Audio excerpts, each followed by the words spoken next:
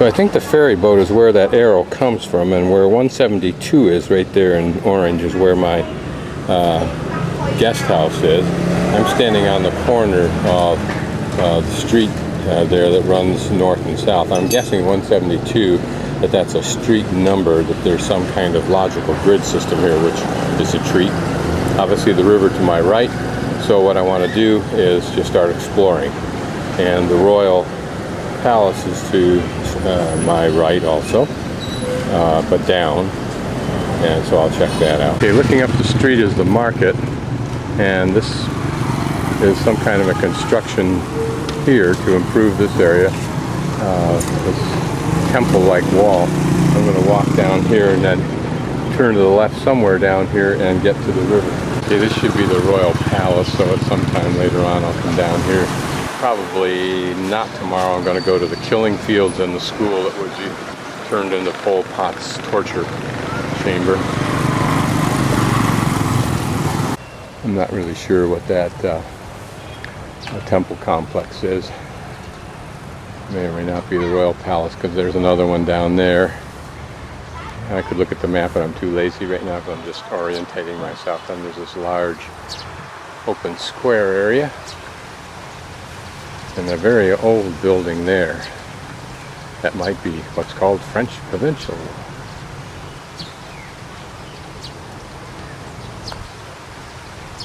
And this is the entrance. Not terribly impressive so far as size is concerned. This is interesting. It's kind of moat-like, but it's sand. I wonder if it's supposed to be achieving the same philosophical goal, although there's no temple here. So a couple of nearby buildings are nicely maintained. In fact, they're old.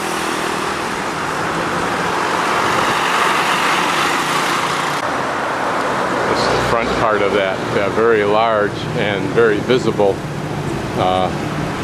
temple complex. And another one you can see farther down there. In fact, it looks like there's one between here and the one we see in the distance on the left. And now I'm just panning towards the riverfront. This area is nicely maintained. That's a great thing for a city this size to have something really pretty for people to look at, including its own citizens. Okay, as I walk along this main street, one block in from the waterfront, here's another park.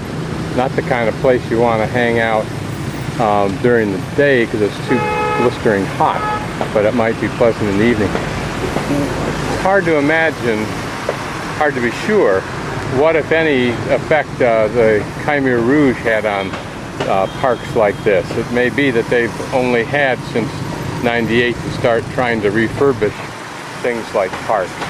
Here another temple that we were looking at from a distance. This is either this lady's son, or he's hoping he could get a little bit of a bath in the hot summer sun. Just panning back, starting from the direction I'd come, just for the fun of it, just to orientate.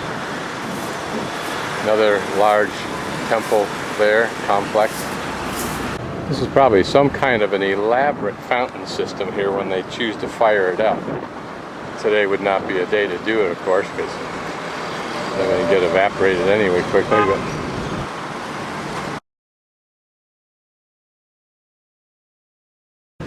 again, looking back the way I came, but at this monument, which is probably a monument to the people who survived and or fought against the Khmer Rouge, which means everybody that's still alive in the country except for the scum that the government hasn't the guts, or the corruption is too significant to allow them to be prosecuted effectively. I'm guessing that I'm now down where my finger is tapping. That was the end of that long park that I showed you. And now there's a big park that goes this way, I think. Now I'm going to turn to my left and go down to the riverfront. Yeah, I'm looking down a similar park design to the one that I've been walking up. However, there are a couple of good-sized trees here, but I'm going to amble down that way and get to the river. So I just came from over on the right, on the other side of that street that's crossing us. There's the long park, and there was a Louisiana chicken fry. I've never even heard of that. In the United States, in fact, from there. Interesting way that they water lawns. They dump a ton of it on there. Seems to do the job. Here, interesting, Cambodia Korea Culture Center. Certainly such a existence of such a center is an optimistic thing always. It's a blistering hot day, but it's a very dry heat. Very much reminds me of a 90s plus temperature in Jackson Hole in the summer. So I was apparently in the wrong spot. I'm apparently at the second turnaround to the right of my thumb, proceeding towards the river. So it's a Buddha monument turnaround, or turnabout, and not far away another large temple compound. And here Naga World, a large construct, I don't know what its purpose is. If you've got a tuk-tuk and you're running short on air, you come here and this little side business provides air. This wall, which started off pretty, it might have been a flower wall, and those 3 beds that you see, has been abandoned, probably in deference to the fact that so has that huge lot, which someday will probably, according to the owner's hope, look like this. I'm betting that this Naga World complex is a hotel, convention center, because it has some what look like very sophisticated restaurants in it by the advertising on the outside.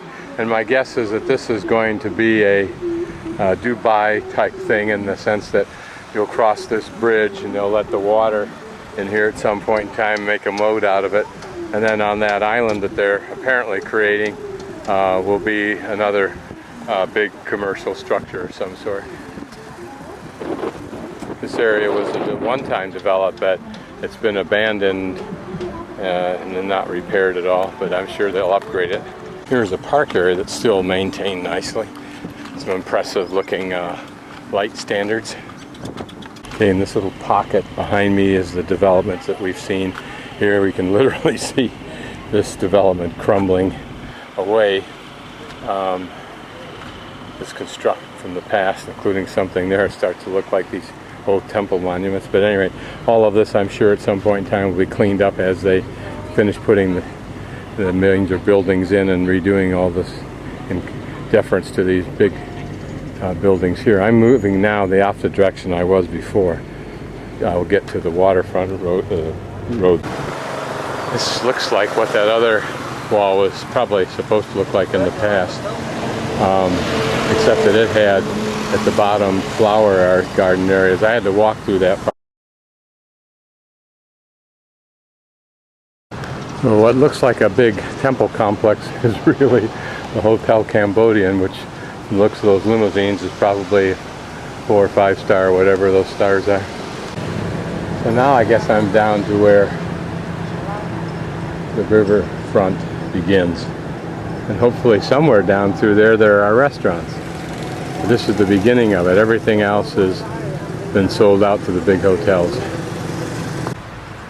Okay, this is the complex in the park area that I saw when I first hit that road over there. That's the big temple that we walked past. I'm still in search of a waterfront other than the little part that I can see now. You can buy a bird, and I think you take it in, you let it go. And that's your offering to the God, to Buddha. That's a pretty cool tradition, really.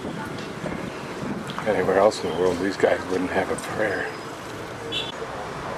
And I now will wander down the length of this. Looks like it's pretty. Tribute to the various countries that might visit and are in the region.